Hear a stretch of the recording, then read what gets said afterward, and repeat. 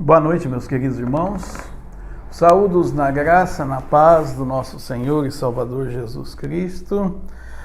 Mais um dia, estamos aí na pandemia, já se vão 2 meses e alguns dias. E confesso, meus queridos irmãos, que isso tem trazido uma certa apreensão, não só a mim, mas a todos nós, pois sentimos as dificuldades de estarmos fechados, reclusos, e principalmente a questão dos nossos cultos, quando nós tínhamos a oportunidade de abrir o templo e de receber os irmãos aqui. Isso tem com certeza trazido tristeza aos nossos corações. Mas a vida continua. E eu gostaria que nós pensássemos um pouquinho nesta noite, na meditação da quarta-feira, sobre Jesus trabalhando no meio da crise. É interessante, irmãos, que o Covid ele veio da China e a palavra crise na China quer dizer oportunidade.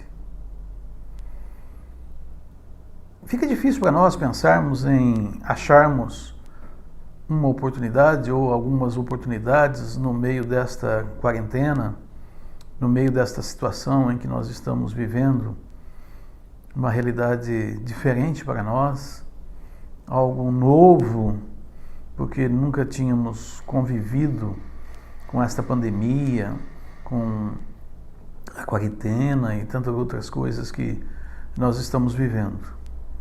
E faz com que a gente pense em relação à nossa vida espiritual.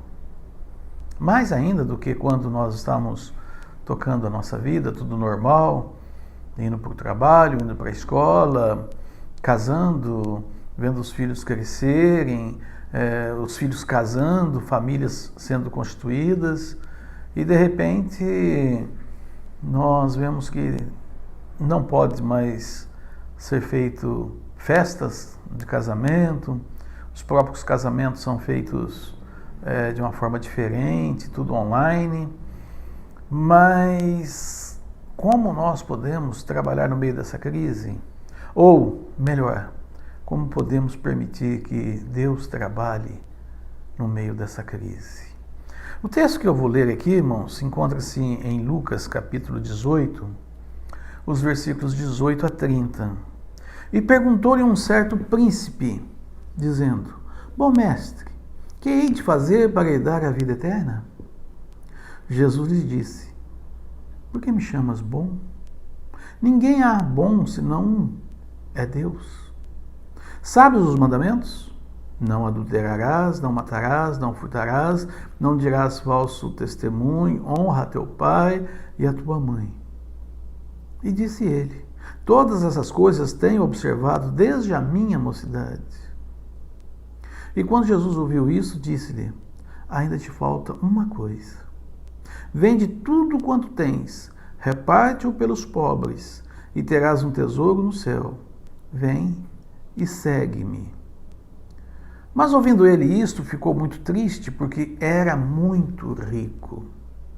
E vendo Jesus que ele ficara muito triste, disse: Quão dificilmente entrarão no reino de Deus os que têm riquezas. Porque é mais fácil entrar um camelo pelo fundo de uma agulha do que entrar um rico no reino de Deus. E os que ouviram isto disseram: Logo, quem pode salvar-se? Mas ele respondeu: As coisas que são impossíveis aos homens são possíveis a Deus. E disse Pedro: Eis que nós deixamos tudo e te seguimos. E ele lhes disse: Na verdade vos digo que ninguém há que tenha deixado casa, ou pais, ou irmãos, ou mulher, ou filhos, pelo reino de Deus, e não haja de receber muito neste mundo e na idade vindoura a vida eterna. Irmãos, voltando a pensar no texto aqui, nesse contexto que nós vemos que esse jovem rico foi uma das poucas pessoas que tiveram a oportunidade de se aproximar e estar aos pés de Jesus. Porém, nós vemos que ele saiu pior do que quando chegou. Algumas verdades podem minar o nosso caminho. Jesus disse: você está certo, moço, mas uma coisa te falta. Este moço, ele era um homem religioso. Este moço era um homem que mantinha a sua religiosidade. Ele era um homem que conhecia os mandamentos.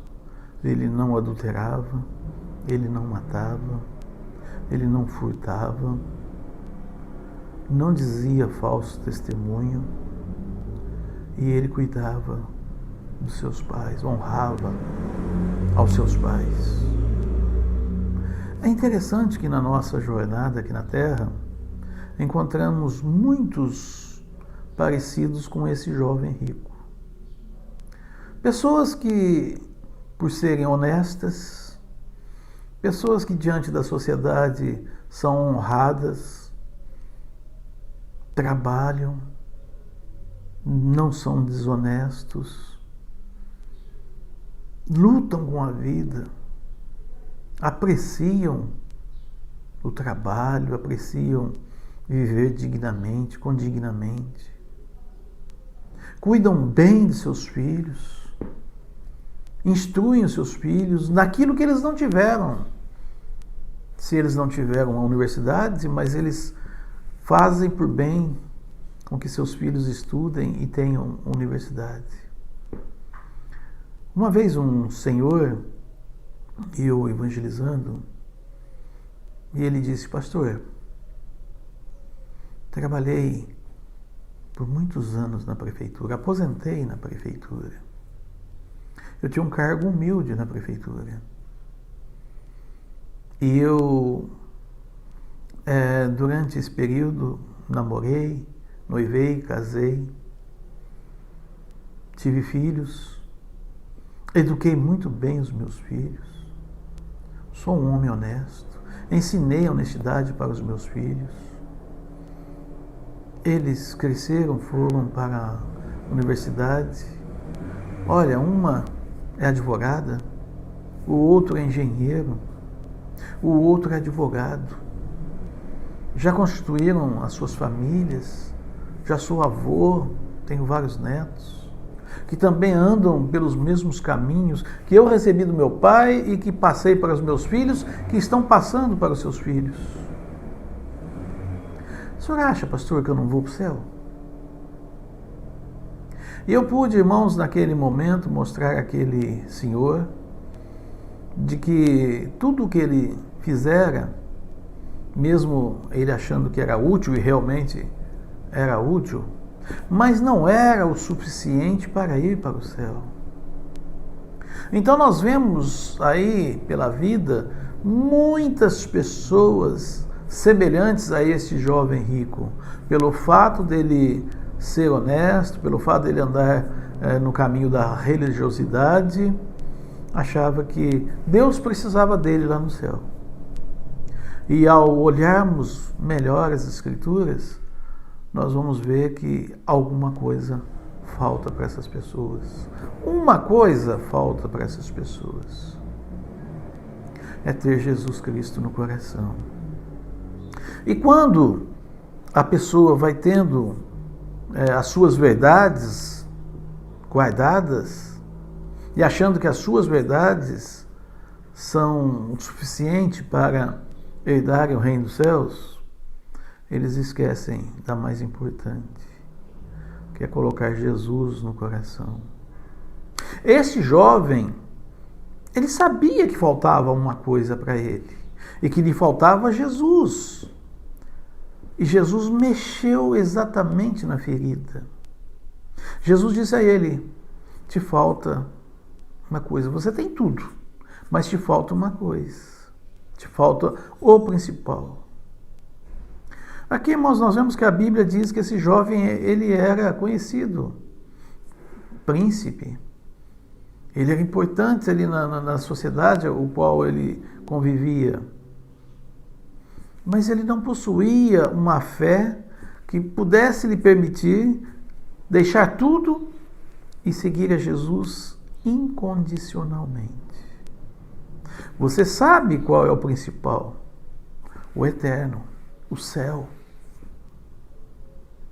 E um dia você vai encontrar com o teu Senhor. Jesus disse que o principal é aquilo que vai te levar para a eternidade. E o principal é o Senhor Jesus Cristo. Quando esse jovem se confrontou, ele disse: não sei se eu quero uma fé incondicional. Quando vou confrontar os valores transcendentes, não sei se estou disposto a pagar o preço. Pois o que ele devia fazer para ter o principal, ter o eterno, era vender tudo o que ele tinha, tudo o que ele achava de importante na sua vida. Ele era rico. Mas vender tudo e distribuir os bens que ele tinha aos pobres não estava ou não era uma condição que ele podia aceitar para ir para o céu.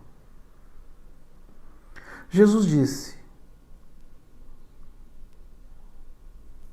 você só poderá ir para o céu se eu for o Senhor da sua vida. Jesus disse a ele: olha, você só poderá ir para o céu se tirar aquilo que você acha que são os seus valores importantes, bens, dinheiro, riqueza, e colocar eu como Senhor da sua vida. Jesus mexeu com o coração daquele homem. Jesus disse que ele tinha tudo, mas que na verdade não tinha nada. Buscai primeiro o reino de Deus e a sua justiça. Meus queridos irmãos, nós que temos caminhado por longos anos na jornada cristã, eu já estou há 40 anos, mais de 40 anos. Irmão Anísio, quantos anos irmão Anísio na jornada cristã? E tantos outros irmãos que já têm muitos e muitos anos caminhando nessa jornada cristã. Sabe muito bem o que é buscar primeiro o reino de Deus. Sabe muito bem o que é buscar a justiça de Deus. Sabe muito bem o que é, dia após dia, negar a si mesmo e tomar a cruz. Irmãos, quando nós levantamos, quando nós acordamos e começamos um novo dia, e oramos, pedimos para que aquele dia seja um dia agradável na presença do Senhor, um dia agradável para as nossas vidas, para os nossos entes queridos. E vocês entendem que os dias agradáveis são muito mais do que os dias ruins.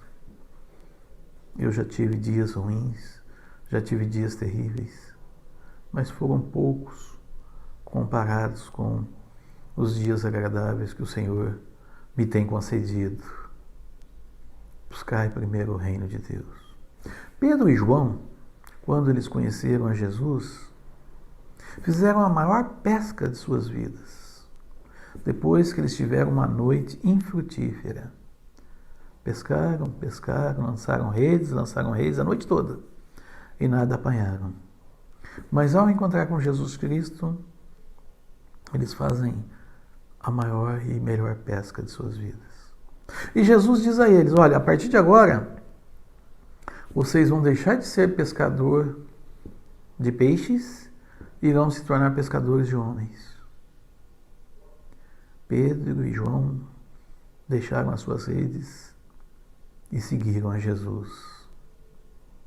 Jesus não está preocupado com o teu dinheiro, ele está preocupado com os valores. Ele está preocupado com o teu coração. Mateus, o coletor de impostos, ele tinha a melhor banca. Imagine, irmãos, o quanto Mateus faturava. Como coletor de impostos, ele recebia muito. Mateus recebeu a ordem de Jesus: segue-me. E ele deixou tudo por um valor muito mais excelente, que é a vida eterna. Jesus estava dizendo àquele jovem: jovem, você me procurou e você está disposto a tudo? O tudo é tudo. O mais importante é dar a sua vida para mim. E você não quer. Naamã, o comandante do exército da Síria, é um homem importante. E ele soube que Eliseu, o profeta em Israel, poderia curá-lo da lepra que ele tinha. E ele foi até Eliseu. E mesmo antes dele chegar a se encontrar com Eliseu, Eliseu ordenou que ele fosse até o Rio Jordão e se banhasse por 7 vezes. E Naamã ficou revoltado, ficou bravo. Não são os rios da Síria muito mais lindos e despoluídos do que esse Rio Jordão? E eu tenho que me banhar nesse rio? O problema de Naamã não era a lepra, mas era a mudança de valores. Pense um pouquinho, meus queridos irmãos, que muitas vezes nós temos que mudar os conceitos e mudar os valores para encontrar e seguir ao Senhor Jesus Cristo. O encontro de Jesus com aquele jovem não teve nada com o dinheiro, mas com valores. Muitos foram salvos por Jesus Cristo e queriam segui-lo. E ele disse: não, venha atrás de mim, vai à sua casa, fale com seus familiares, converse com seus familiares sobre a mudança que você teve e os valores que você agora passou a conhecer. Quem é o Senhor da sua vida? A coisa essencial é lugar para morar, para se vestir, comida, bebida. Se temos o essencial, vocês percebem que aí nós queremos algo melhor? Melhores roupas, roupas da moda, melhores comidas, comidas mais saborosas, mais caras, mais apetitosas. Nós caminhamos de crise em crise. Depois queremos estabelecer uma beleza estética nas nossas vidas. Todos nós temos vivido a crise da existência. A própria existência já é uma crise. Mas chega um momento que precisamos fazer um acerto com Jesus. Ele muda os nossos valores, os nossos conceitos. E esses valores que o Senhor Jesus Cristo quer nos passar não são baratos. Precisamos de Jesus. Devemos anunciar o Senhor Jesus Cristo às pessoas. Não um Jesus milagreiro, não um Jesus que vai trazer prosperidade terrena, não um Jesus que vai tirar todas as dores, enfermidades, tristezas, choros, mágoas. Mas precisamos apresentar um Jesus que primeiramente passa a ser o dono do teu coração. E a questão é, este jovem estava disposto a desfazer de todos os seus bens, de toda a sua riqueza, para seguir a Jesus Cristo? Esse jovem estava disposto a mudar os seus conceitos, mudar os seus valores, para ter Jesus na sua vida? Meus queridos irmãos, nós estamos alegres, felizes dentro desta crise, porque o Senhor consola os nossos corações. Me alegro pelo fato de saber que vocês em suas casas, com seus filhos, com suas esposas, com seus esposos, estão bem, estão sendo protegidos desta pandemia, deste problema. Mas se porventura um de nós formos atingidos por esse mal, qual será o nosso pensamento? Vai mudar em relação à nossa fé e à nossa crença em Jesus Cristo? Acredito que não. E que nós possamos firmar os nossos valores, os nossos conceitos no que Jesus Cristo é, não no que nós somos. Que Deus abençoe os amados irmãos. Amém?